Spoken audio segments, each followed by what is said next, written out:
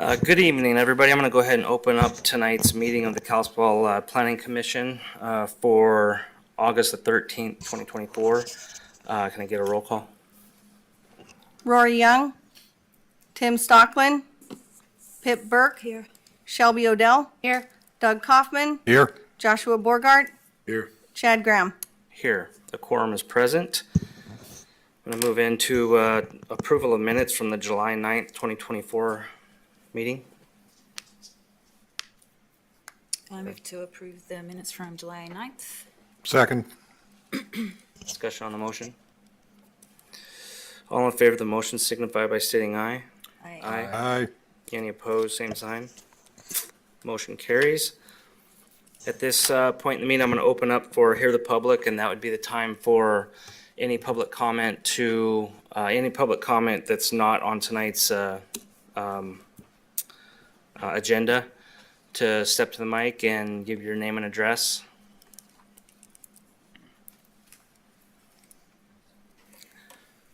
Okay, seeing none, I'm going to go ahead and close here the public and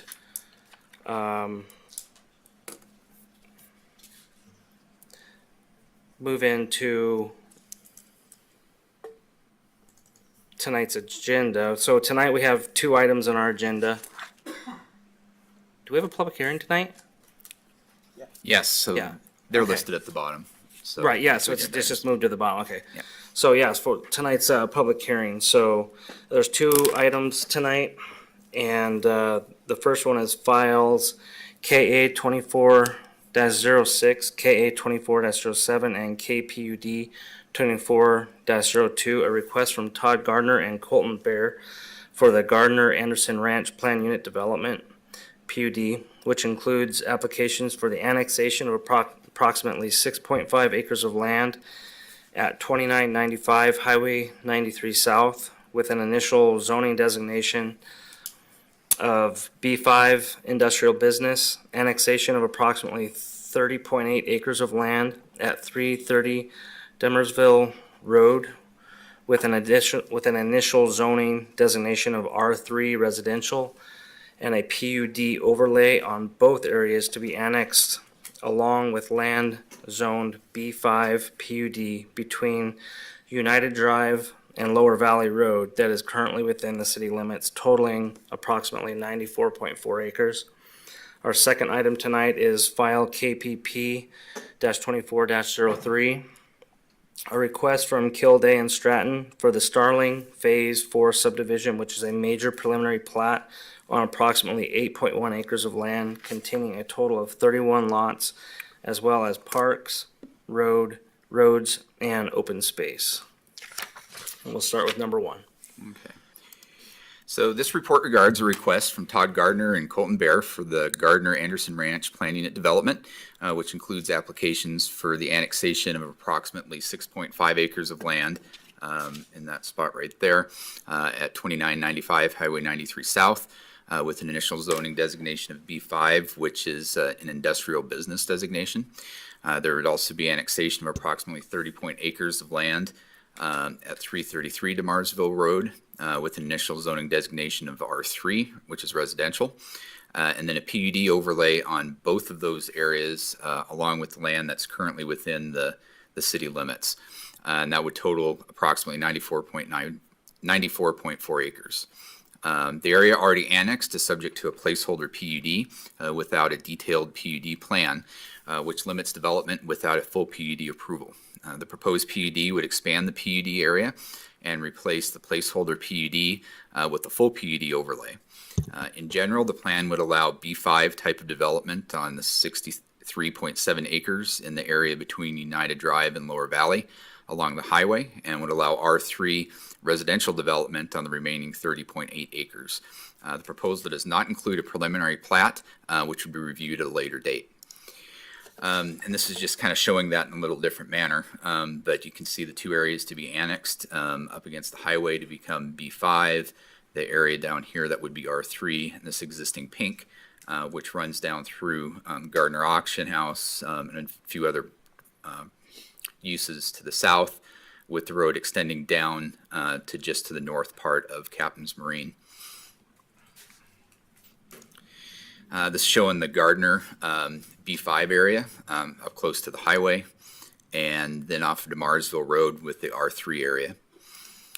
So in general, there would be three phases of development. The first would be going in this area right through here, which is labeled as Lot 19 on the conceptual plan. It's a distribution and fulfillment center, which would need to stand alone in terms of its development and would need to have some infrastructure to be put in place. One would be having that road running down extension of United Drive and then turning and going to the highway. There would also need to be utilities within that area, water and sewer, that would be sufficient to serve the property. Specifics of the utilities would be reviewed with the building permit, given that there wouldn't be a plat as part of that. They'd be creating that lot through a boundary line adjustment rather than through a plat. Second phase of development is the B5 commercial area, which would again be through here and then extending down along United Drive. They would be relocating a storm pond that's existing right here in this area and moving that down into this slough that's down through here. They will need to do that in order to get the layout that they have. That pond would be intended to serve not only the B5 area, but also the R3 area as well. One other note is the standard within the zoning ordinance is that there's a 20-foot entrance corridor landscape buffer that they would have on the lots that are facing the highway. United Drive should be improved along with the Phase 2 area through the existing development, along with any development or redevelopment other than the distribution center. The third phase is Anderson Ranch, which is the R3 residential area. I would note also in this situation, we've got the overall street layout that would connect both of the properties. There would be an east-west collector that would go from DeMarsville Road and would come over and connect with the highway. Is intended that there would be a traffic signal at some point with that development. There'd also be the north-south connection that would come through, which would be the extension of United Drive and then local streets throughout the rest of the development. Current zoning is, as I mentioned, is the B5, the PUD placeholder. The growth policy shows kind of a mix of different designations. There's urban mixed use, which would be covering most of the existing B5 PUD, but would also spill into some of the area to be annexed along the highway. That generally supports B5 and other types of commercial zoning designations as well. The northwest corner is designated as commercial in the growth policy. And then the R3 residential area is designated as suburban residential, which does support the R3 through the growth policy and the zoning amendment. Most of the property in the overall PUD has already been annexed, and the two areas to be annexed are within the annexation boundary. It's important to note that the growth policy is not in itself a regulation. It's a policy document that guides regulation, and as such, the map designations should not be viewed as fixed lines on a map, and the appropriate zoning for the property as a whole should be based on not just the growth policy designations, but the nature of the existing use and the existing zoning that's in place. Under both city and county zoning, B5 zoning matches the existing condition more closely than a general commercial district. In addition, the growth policy encourages a variety of residential development that provides housing for all sectors and income levels within the community. And taking into account the growth policy map, existing county zoning, and the existing use, the requested B5 and R3 zones would substantially comply with the growth policy. The subject property is also located within the Highway 93 South Corridor Area Plan, which was adopted in 2008. Relevant provisions of the plan as they relate to this proposed development include the following. One is utilizing the PUD process to address access signage and other issues as to protect and preserve the community entrance to Kalispell, and this proposal is going through the PUD process. Secondly, allowing development in areas with availability of public services, and public services are available in the area. Third, maintain free-flowing traffic on Highway 93 by minimizing access points, providing a grid street system, and providing north-south roads parallel to the highway with the goal of reducing direct access and eliminating traffic signals if possible. The road infrastructure here is designed to minimize access points onto the highway. Internally, it includes a grid street system with interconnectivity to adjoining properties and includes a north-south road parallel to the highway, which allows traffic to move towards common planned access points. While the plan calls for an additional traffic signal to the south of Cemetery Road, the signal would serve as a focal point for development on both sides of the highway along a 0.6 of a mile stretch. The development on the west side of the highway is called Siderius Commons and encompasses 207 acres of mixed commercial and residential development between Cemetery Road and the bypass. Also, the traffic signal, along with the internal road infrastructure and new Collector Street, would allow for the potential reduction of existing accesses onto the highway and improve the traffic flow and safety of the highway corridor. The next point was promoting industrial-based jobs and businesses, and the B5 zoning provides that opportunity. Next was access should be coordinated so as to allow only collector or arterial streets to intersect Highway 93 with the judicious use of right-in, right-out approaches, frontage roads, and good internal development street design to reduce or eliminate the need for direct access onto major gateway roads. And as noted, the street infrastructure here is designed to minimize direct access onto the highway. The proposed traffic signal would be at the intersection of an internal collector road with the highway, and final design should include features that would further regulate the access given the addition of the signal. Next point was significant individual business highway exposure. Individual access points and pole signage should not be the norm. Existing regulations relating to the required 20-foot entrance corridor buffers and limited access to the highway will help address this provision. Additionally, signage should be limited with common entrance signage up to one at the main entrance to the PUD from Highway 93 that would comply with the sign provisions of the zoning ordinance with monument signs elsewhere. So in other words, one 6-foot tall and 36 square foot sign per lot with none within 100 feet of Highway 93 or Lower Valley. Otherwise, provisions of the sign ordinance would apply, and this signage plan is generally consistent with other commercial PUDs in the city in the north and south part of town. Next, billboards should be prohibited in the commercial and residential zones. Existing billboards should be considered a primary use and should be phased out. In order to comply with this provision, the existing billboards should be removed as early as possible. With the pending development of the distribution and fulfillment center, the billboard should be removed prior to granting a certificate of occupancy for that use or for any other use to the north of the existing United Drive. And lastly here, avoid inappropriate development of general commercial type uses along the highway corridor south of Four Corners and favor the development of light industrial and e-commerce based businesses instead. As I noted, along with entrance corridor standards and limits on signage, this would encourage light industrial rather than general commercial. Additionally, casinos have been a use that have not been encouraged. While accessory casinos are generally allowed in bars and restaurants, standalone casinos have been discouraged. And so including a condition that prohibits casinos while potentially allowing accessory casinos would further this provision in a manner consistent with general city policies. The provisions of the Highway 93 South Corridor Area Plan, in addition to the growth policy, support the proposed zoning and the development of quasi-industrial and light industrial type uses on the subject property subject to design considerations. No deviations from zoning or subdivision regulations are part of the PUD at this time, although several may be included later as part of the residential side when the plat's reviewed related to lot size, width, alleys, and setbacks. One of the design considerations as they're moving forward is under the zoning ordinance. Anytime B-zone property borders are, you would need to have a green belt, which would be a view obscuring hedge or fence 6 feet tall. The Highway 93 South Corridor Plan also calls for noise reduction, so there would need to be noise mitigation to reduce the impacts to 60 decibels or less between the industrial and residential portions. Public service facilities and infrastructure are adequate for the development of the site. Any new improvements to the property, such as roads, storm water facilities, water sewer mains, would be installed in accordance with city policies and standards at the developer's expense. Given that subdivision plats are not part of this application, additional review would be required when plats are submitted and may entail adjustments from the conceptual layout or additional or changed conditions.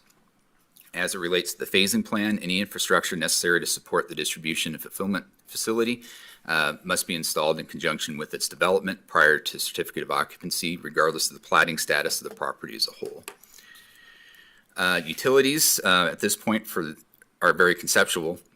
Specifics would be reviewed again along with the plats and then the distribution center building permit. Here you can see the conceptual sewer layout. I would note that there is a lift station that's planned in approximately this area. Similarly with water, that may need to be looped for the distribution center. There were a couple comments from Public Works as far as having that connection rather than through here, coming down into the cul-de-sac. And also a note that the water main may need to be connected in order to provide the appropriate looping up on Lower Valley Road. Stormwater, as I mentioned, we're relocating the existing pond and taking that down into this wetland area. And the plan would be for all of these other facilities to feed into that as well. The PUD fronts on Highway 93 South, Lower Valley Road, and Demarsville Road. Portions of United Drive are within the PUD and connect to the highway as well.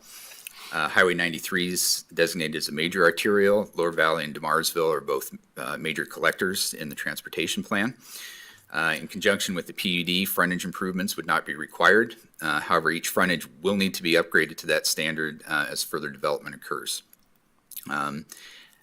Internal to the PUD, as I mentioned, there would be the east-west collector street extending from the intersection at the proposed traffic signal on the highway to Demarsville Road.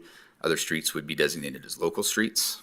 Public Works did submit some comments on the current conceptual layout regarding turnarounds and alleys in the northeast portion of the residential area. And again, we'd look at those specifics down the road.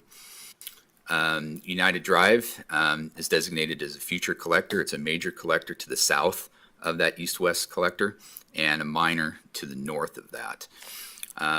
In general, there are three separate aspects of improving United Drive. First, in conjunction with the development of the distribution and fulfillment center, United Drive would need to be extended to the north from the existing terminus and then out to the highway. Full street profile for both those segments would need to be installed prior to the CO for the center.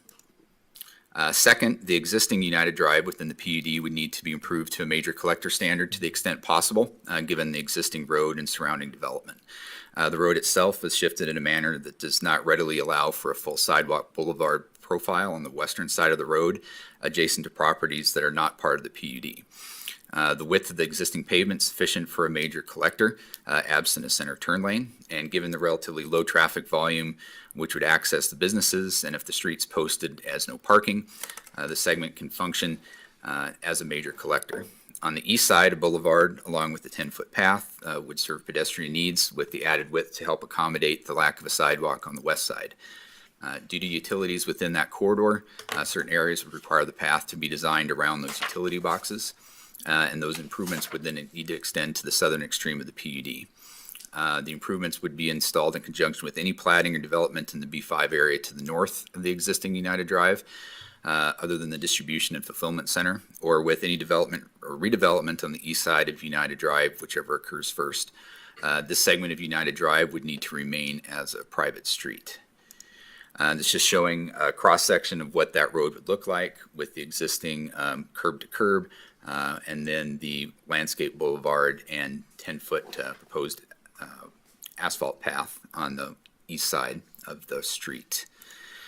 The third phase of upgrading United Drive would then be to continue from the first extension to Lower Valley Road as a minor collector.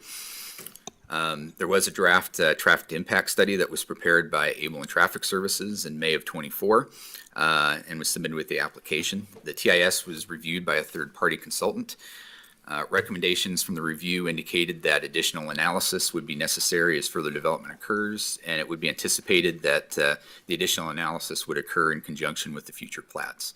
The TIS specified a traffic signal at the new approach onto Highway 93 South, along with northbound and southbound left turn lanes that would eventually need to be constructed.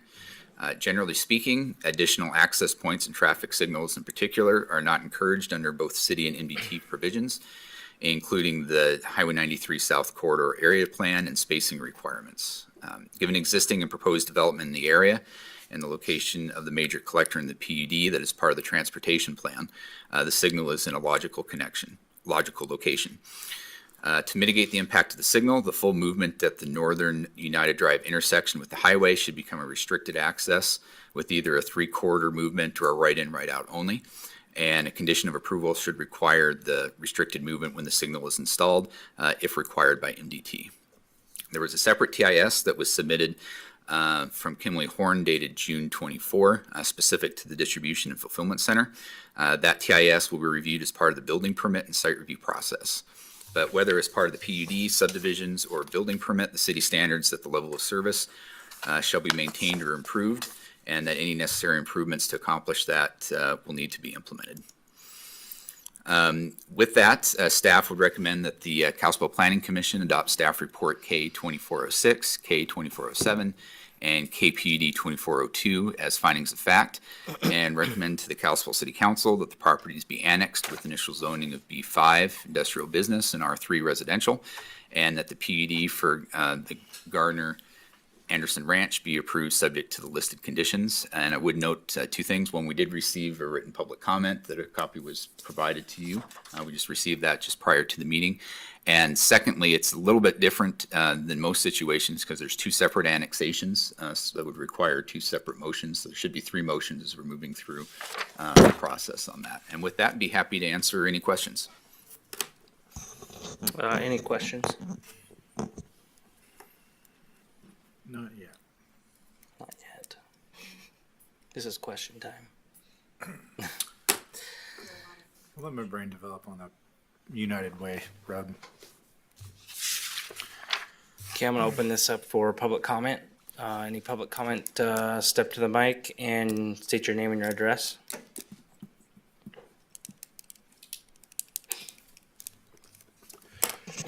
Good evening. My name's Eric Mulcahy with Sand Surveying, and I'm representing the Gardners and Colton Bear with Anderson Ranch.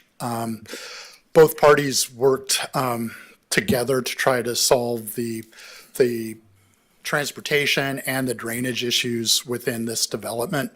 And they worked pretty well together to come to a cohesive plan to address all of those particular items and also address the different land use patterns that will be developed as this project moves forward.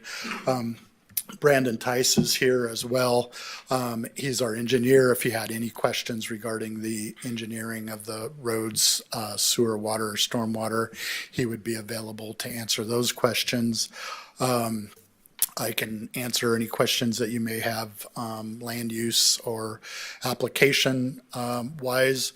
Staff did an excellent job of reviewing a rather complex application set, and we're in concurrence with the conditions that they pose, and I'd be happy to answer any questions that you guys have. Thank you. Any further public comment? Is this just for the Anderson Ranch? Yes. No. Well, yes, yes. Gardner. Yes. the Gardner Anderson Ranch, right? Okay, I'm gonna close public comment on that and look to the commission for a motion. I move that the, that the Kalispell City Planning Commission adopt staff report number KA-24-06 as findings of fact, and recommend to the Kalispell City Council that the property be annexed and the zoning for the property be B5 industrial business with a PUD overlay. Second.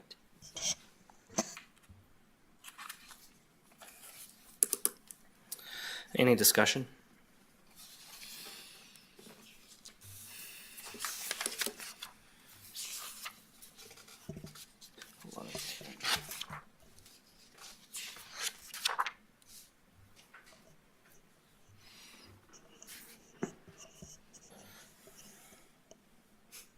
Okay.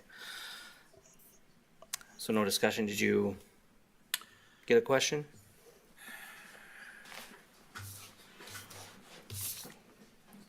Yeah, the avoiding of inappropriate and or general development, can you explain that to everyone so that we have that I'm explained? sorry, what was that? Avoiding inappropriate development, can you explain that part and how that occurs? How do you avoid the inappropriate development and or general commercial use? Is it just something that the Yeah, landowner so chooses? that kind of flows out of that highway corridor plan, was where that came from. And what it was really kind of targeting was not having general commercial strip development down there. And wanting to encourage an area that you would have some type of, light industrial base, a job center, so forth and everything. Here, in terms of the development of that, the design elements that you would have, certain things like having that landscape buffer so you don't have the immediate frontage on the street, reducing some of the signage footprint so that you're not trying to, draw somebody in like you might at a fast food place or something like that. That's where the elements are going in there. So it's not an outright prohibition on that, but it's just having that zoning in place and those design elements would encourage that type of development. Okay.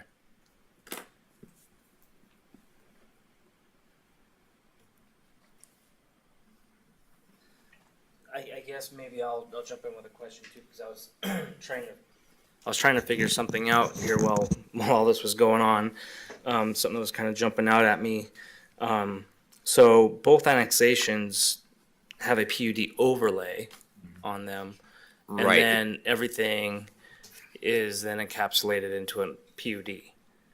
Correct. And So the how- reason what- they did that, and Mr. McKay kind of alluded to that, is that there really are kind of two different parts to the PUD, but they're very interconnected. So in terms of the streets and needing the interconnectivity, having that collector run through there, but even things like having that stormwater where you were running from that existing area up here because this ground kind of drops down into a floodplain area down here, relocating that down the lift station that's required there. So they're interrelated as far as the infrastructure, which is why they came forward. But there's two different developers partnering up and working together on this.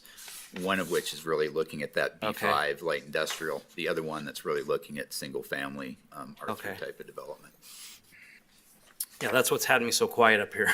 We're trying to move forward a little. So that makes more sense to me now. As far as discussion, I mean, I think it's an appropriate annexation, so, in the zoning, so yeah, okay. I don't see any problems with it. Okay, roll call. Joshua Borgart, Aye. Doug Kaufman, Yes. Shelby Odell, Aye. Pip Burke, Aye. Chad Graham. Aye.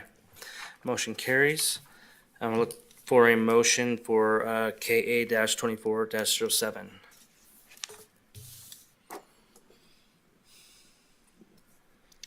I move that the Kalispell City Planning Commission adopt staff report KA 24-07 as findings of fact and recommend to the Kalispell City Council that the property be annexed. And the zoning for the property be R3 residential with a PUD overlay. Second. Motion seconded. Any discussion? I think same things. Yeah, Same again. thing. Straightforward, so. Roll call. Pip Burke, Aye. Joshua Borgart, Aye. Shelby Odell, Aye. Doug Kaufman, Yes. Chad Graham. Aye. Motion carries. And a motion for KPUD 24-02.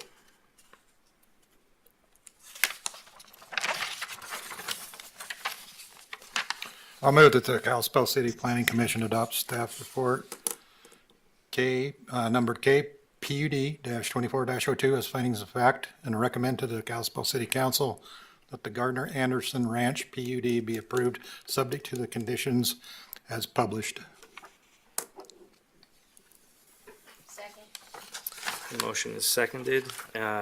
Discussion on the PUD? No. Roll call. Doug Kaufman, Yes. Joshua Borgart, Aye. Pip Burke, Aye. Shelby Odell, Aye. Chad Graham. Aye. Motion carries. And this will be in front of the council. September 3rd, which would be a Tuesday because of Labor Day. Okay. Okay, thank you. And we'll move into tonight's second item. EP 24-03. Okay, so Kildare Stratton has submitted an application for Starling Phase 4, which is a major preliminary subdivision plat on approximately 8.1 acres of land containing a total of 31 lots, as well as a park, roads, and open space. It's part of the Starling Plan Unit Development, which overall is an 8-phase, approximately 58-acre residential mixed-use development, which was approved in 2021, located on the west side of Stillwater Road between 4 Mile Drive and Old Reserve Drive. The full section of land was annexed in 2007 with the PUD overlay, which provided for approximately 3,000 residential units and mixed commercial use. The PUD was not developed and was replaced in part with the Starling PUD as well as the Stillwater Crossing PUD to the south, right at the corner. The first 3 phases of Starling have been final platted with construction of new homes and apartment units that are underway. This plat's a continuation of the conceptual plan that was part of the PUD. Again, general location between Old Reserve and 4 Mile. You can see Glacier High School and the bypass just to the east. Utilities, you've got the west side interceptor that would come through the corner of the property, and you can see some of the infrastructure that's already been put in place with the initial phases, with the water main running down through Stillwater Road. It's a shot of the property. It's currently zoned RA1 with the PUD overlay. Growth policy shows it as urban residential. The existing zoning is consistent with the growth policy, and rezoning is not necessary for this project.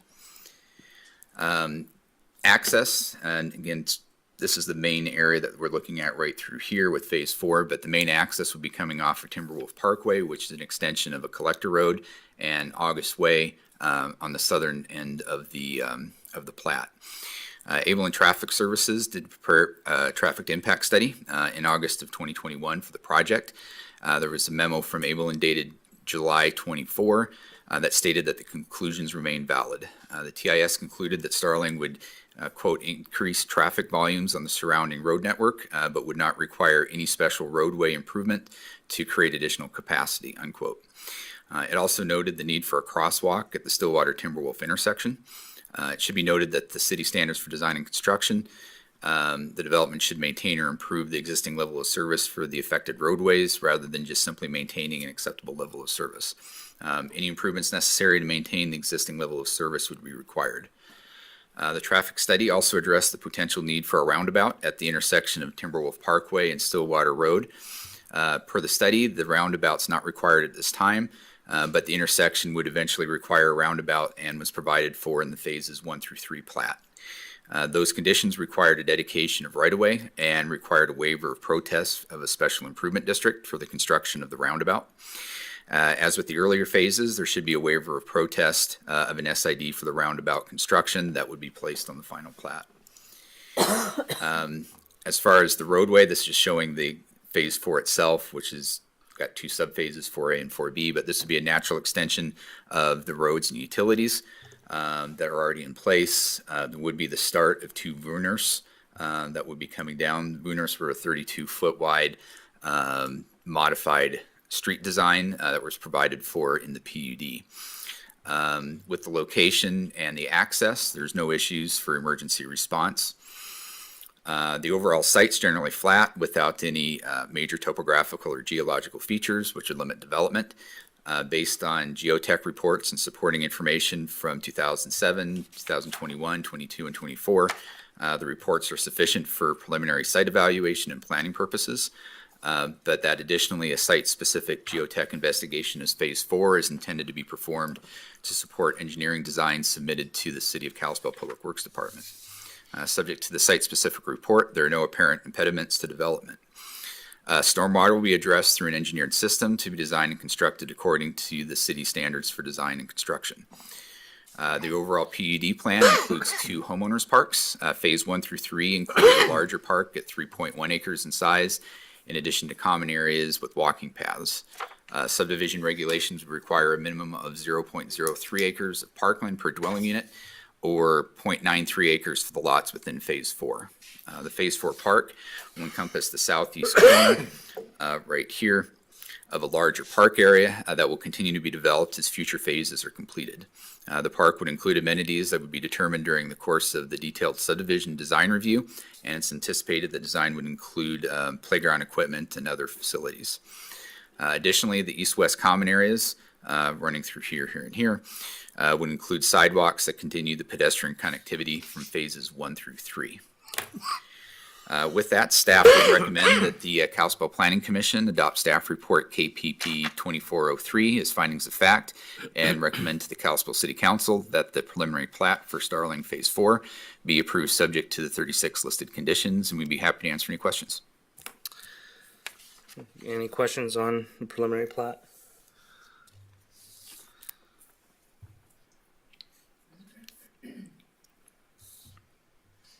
I don't have any. It looks like a natural extension, new phase. I was looking over at Josh. He looked like he. He does look like he's got 4B. something important.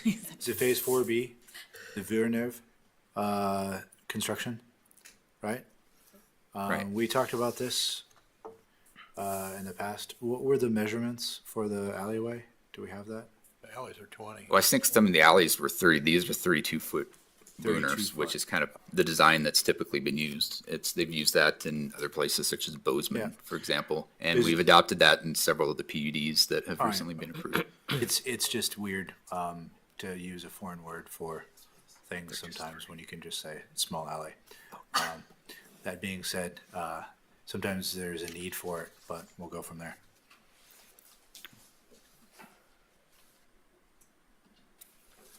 Okay, I'm gonna open up public comment on this item.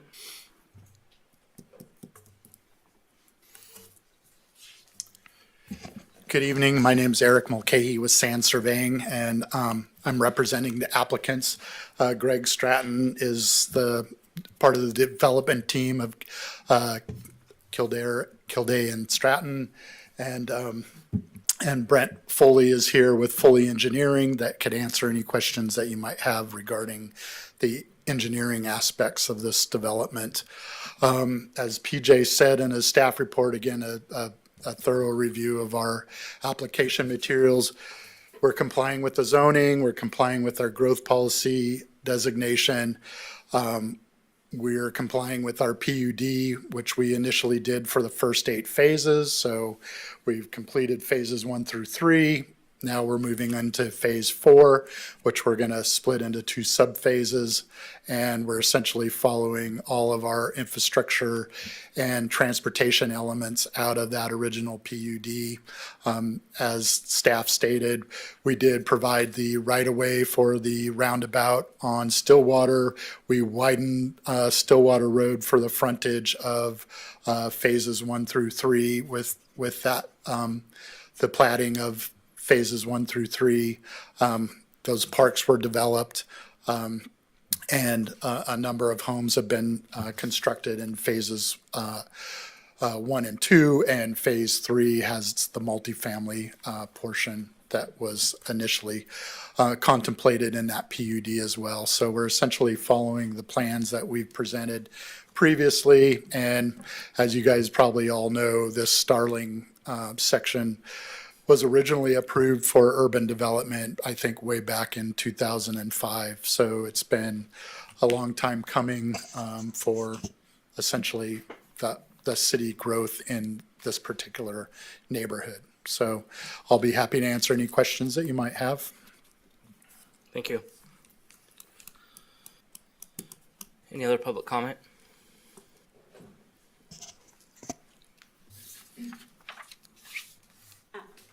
My name's Rachel Kimmick. I live at 702 Xavier. I was the first home in the Starling community. And I have no problem with the development. I didn't buy the land. If they want to develop it, fine. I moved in and none of the roads were set up with the county or the city. So for 4 months, I didn't have a street. I didn't have an address. I didn't have mailboxes. And that was very stressful and a pain. Since then, we've had multiple contractors in our neighborhood starting at 6:30 and ending after 10:30, including last night. And I know as there's a couple of my neighbors right here. Everyone on the street is really upset, and it's probably not their fault. I don't know whose fault it is, but I'm coming as a member of the Kalispell community, frustrated when hammers start at 6:30 in the morning and don't end until after 10, heavy machinery going. And our neighborhood is filthy all the time. There's garbage all the time. And this might not be the platform to do it, but I don't feel like we're being heard any other way. And so that's what I want to say. I hope that moving forward, when they do this phase, there's someone on property who's watching what's happening and making sure that we, as clients of and buyers of the Starling community, are at least allowed to feel like our home is our home and not, I understand construction, I'm fine with that, but the garbage and working all hours of the day, it's just does not make it feel like home. So that's all. Thank you. Further public comment? Okay, I'm going to close public comment and look to the commission for a motion on the preliminary plat. I'll move that the Kalispell City Planning Board and Zoning Commission adopt staff report KPP-24-03 as findings of fact and recommend to the Kalispell City Council that the preliminary plat for Starling Phase 4 be approved, subject to the conditions as published. Second. Motion seconded. Any discussion? What are the hours of operation that people are allowed to do construction, and what are the options that the public has to lay any kind of complaints or lodge kind of issues with it? So under city rules, there really aren't any specific hours for construction. So under an ordinance that the police department enforces, there's a general disturbing the peace type of a thing, but it's more of a it doesn't have any specific hours in there, but what it says is it shouldn't have noise that's out of line with what you would normally expect. So it's a little bit of a fuzzy standard with that. Sometimes in covenants, there can be covenants that might say that there would be certain hours for construction, but that's entirely a private thing that the city wouldn't be enforcing with that. But the only thing under city rules is through the police department with the disturbing the peace. So that would be a developer issue then? Well, whoever's doing the construction out there, Correct. whether it's the developer or an individual that's Builder. building that, yeah. With the HOA. It wouldn't, well, If there was a, if there's an HOA that's got a rule for construction hours, then they can go through the HOA on that, but that's entirely private with that. The only thing within the city rules as far as noise and construction is through the police department with disturbing the peace. But the bottom line, it goes back to the developer. If the developer is not telling his contractor to clean up his garbage or be done by 9, then that would go back to him.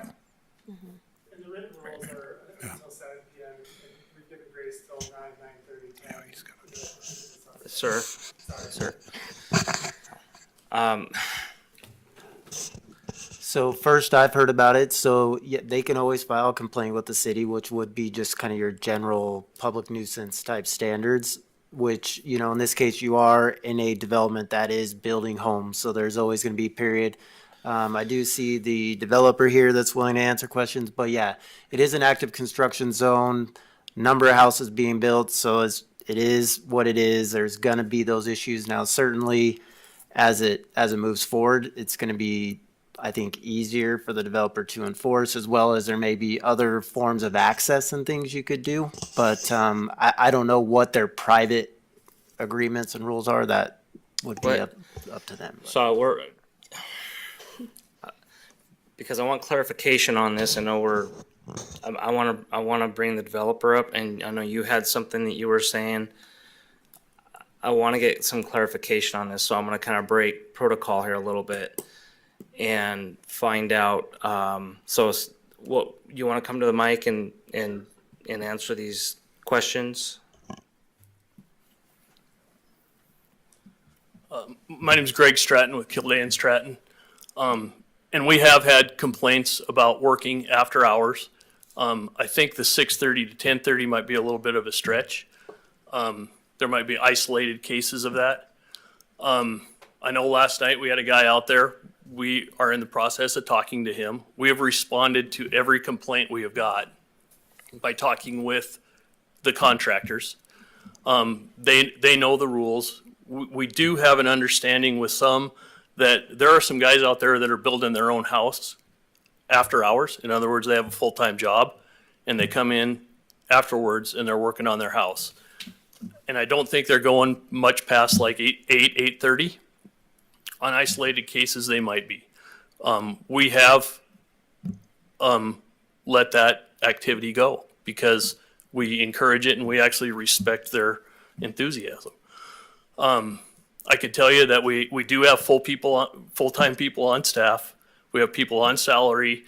The project is walked probably at least 4 times a week by those people. Our landscapers are there once a week to pick up trash. They pick up trash at all the open spaces. We have another employee that comes in once a week. So 2 times a week, the entire subdivision, open space wise, is picked up. We do monitor the contractors' work, and if we just had a complaint today, we called the contractor. He's already texted us that the site was cleaned up. I would ask that the residents realize that within a block and a half of their homes, there is more than 60 units under construction right now. There's going to be some debris. There's going to be some stuff that gets left out overnight. We walk the site, and to tell you the truth, I walked it today, and with the exception of maybe 2 or 3 piles, I thought it was exceptionally clean for the amount of activity out there. I can tell you that it's very well maintained.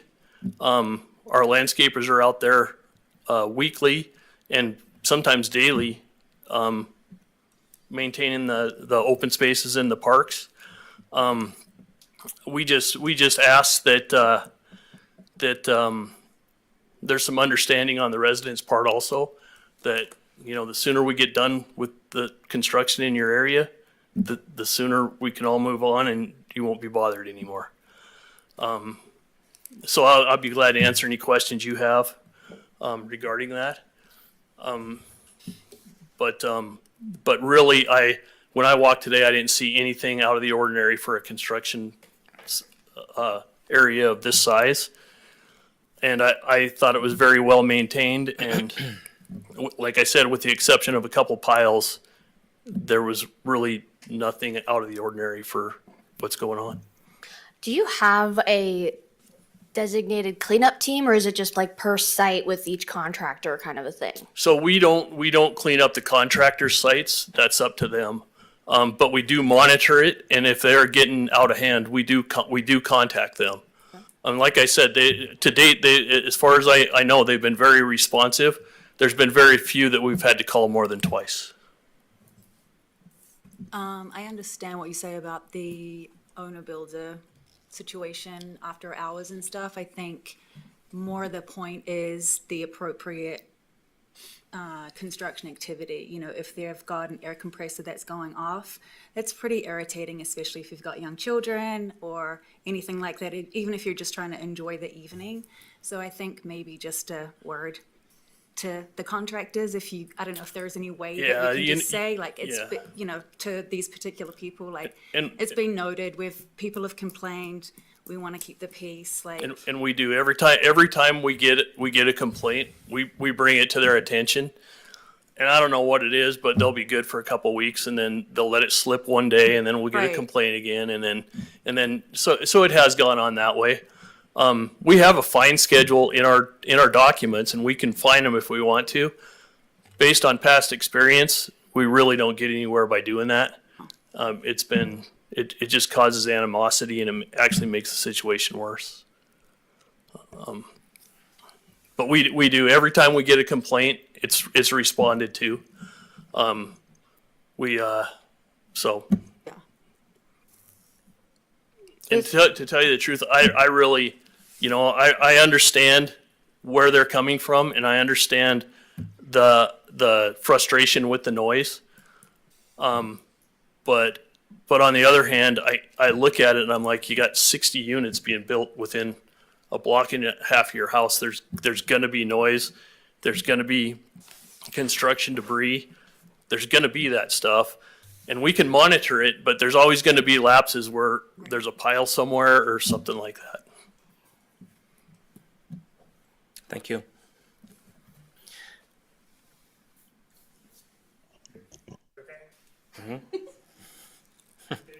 He could talk. No, I'm really bad at housekeeping. Hi, I'm Taylor Kazarian Poe. I am Rachel's neighbor. That's my husband, Brian. I live at 712 Xavier Road.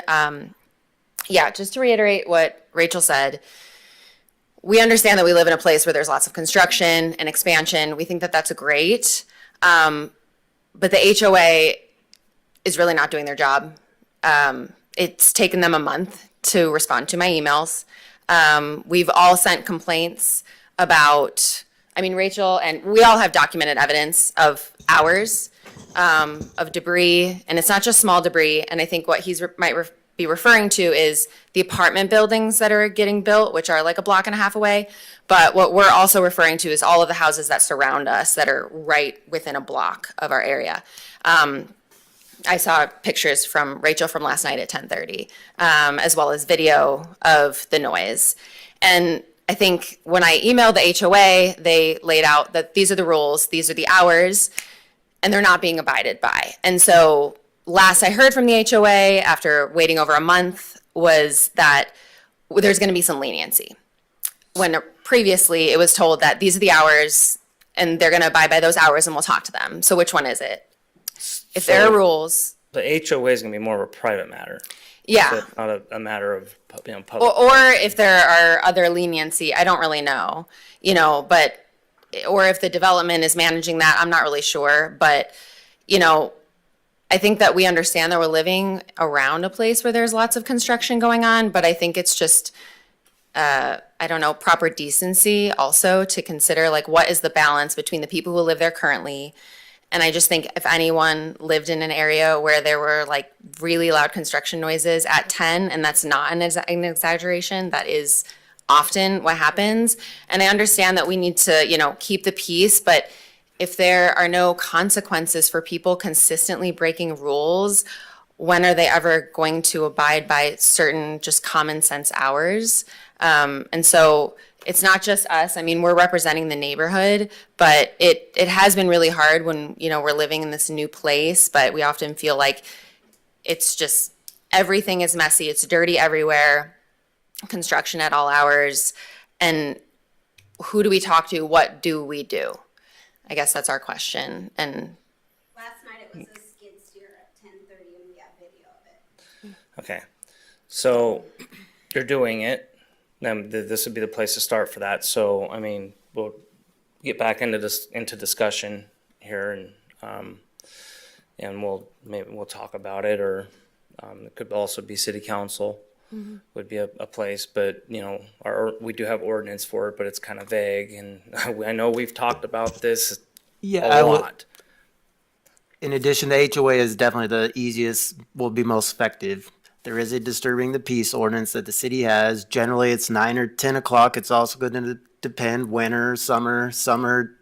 Our days are long. It's going to have to be a pretty noise. It would have to be pretty apparent for the city to go out there and do something, and it would have to be ongoing, a warning. But yes, if it was hammering at midnight, night after night after night, and you told them, yes, the city would likely be out there to enforce. But we also need to know they can call the city as well under the same ordinance. They're city residents of new construction. So certainly it'll likely be more effective to work with the HOA. But if it is that bad, call the city police and they'll go out there. Good? thanks. Okay, good. So I guess we're in discussion now, I believe. So what I wanted to touch on this, and yeah, it's always a hard transition in a subdivision, especially in the city, because everybody's so close. And there should be a reasonable, start end time. You know, in the summertime, what you're gonna have is you're gonna have subcontractors going and trying to stay ahead and make up for time they're gonna lose in the winter. And with as much work as there is out there, they're just trying to keep their head above water. And I get that too, and I get the nuisance that it creates. So that's why there's that acceptable time. Is it 7? You know, it depends on the person. It depends on the family, who you're building to. And, you know, I'm a builder, building the county. And I always take that on myself where I go to the neighbor and I ask them, you know, what is too early, what's too late? If I have to go and get through something, because I got to move on to something else. That's just what I do is I find out, you know, from the people closest to me where I'm building. Right.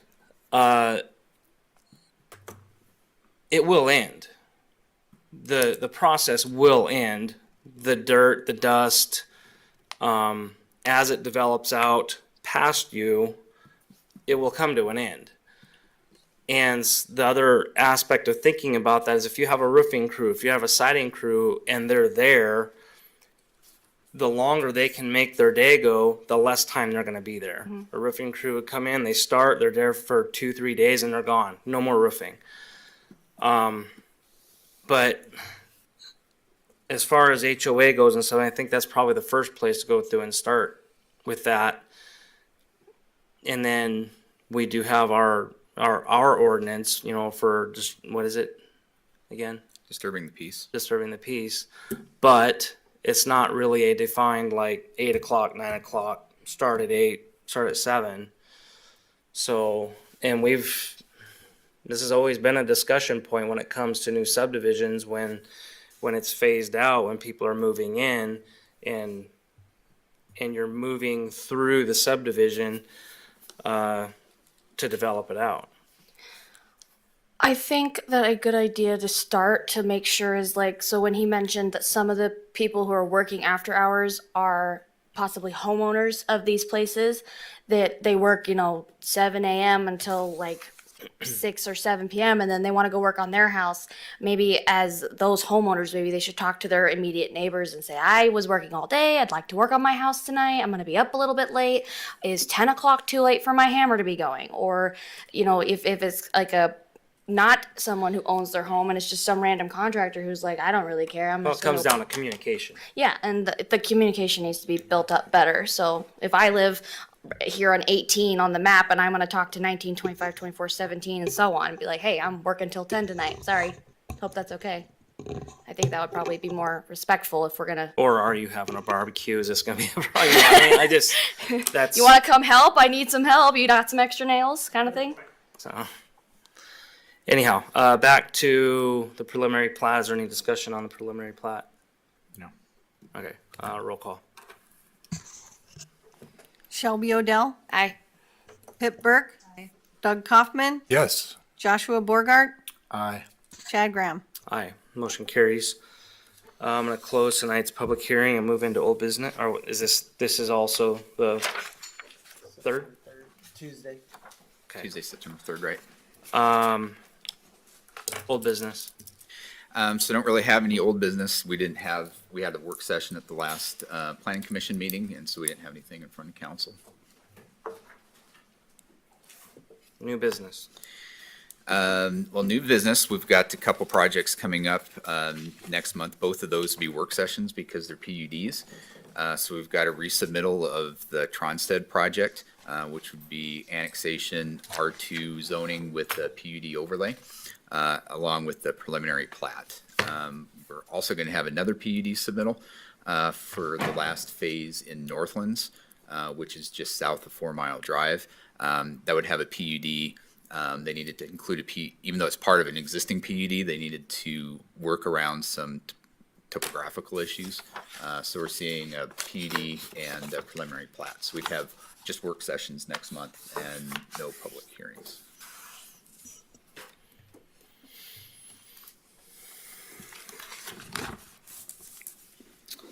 All right, is there anything from the commission, board, commission? Okay, we're adjourned.